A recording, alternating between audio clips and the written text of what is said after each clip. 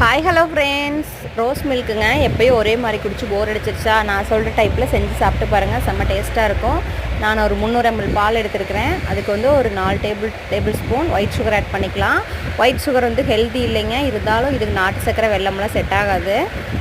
And sugar நல்லா கலக்கி விட்டுட்டு ரோஸ் மில்க் எசன்ஸ் வந்து ஒரு 4 சொட்டு சேர்த்திக்கலாம். And red colour rose colour food colour வந்து ஒரு 2 சொட்டு சேர்த்திக்கலாம். சேர்த்து நல்லா மிக்ஸ் பண்ணி விட்டுருங்க. இதில் இப்போ முக்கியமான இன்க்ரீடியண்ட்டு, நல்லா வேக வச்ச ஜவ்வரிசி நம்ம தண்ணியை வடிச்சிட்டு ஒரு 4-5 ஸ்பூன் ஆட் பண்ணுறோம்.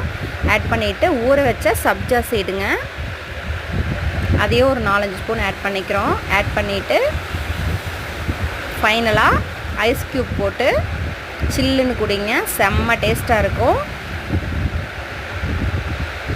கண்டிப்பாக ட்ரை பண்ணி பாருங்கள் ஃப்ரெண்ட்ஸ். இந்த டைப்பில் ரோஸ் மில்க்கு சூப்பராக இருக்கும். தேங்க்யூ.